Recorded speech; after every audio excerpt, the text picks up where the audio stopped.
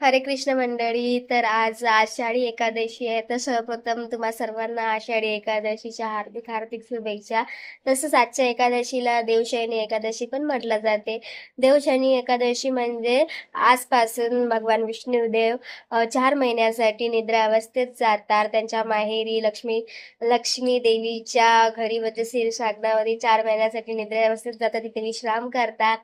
तर आजपासून चतुर्मास चालू झाला. ह्या चतुर्मासमध्ये लग्न, मुंडन म्हणजे जे पण मांगलिक कार्य आहे ना, ते वर्जित आहे, नाही केलं जात.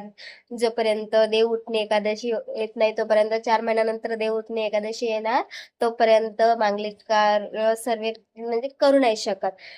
म्हणजे नवं गाडी घेणं, नवं घर घेणं, वास्तुशांती करणं, लग्न करणं, मुंडन करणं, एंगेजमेंट करणं हे काही आपण करू नाही शकत. कारण की देव नाही प्रेझेंट राहणार ना आपल्या मांगलिक कार्यामध्ये. तर म्हणून बाद आहे समजे कार्य करायला.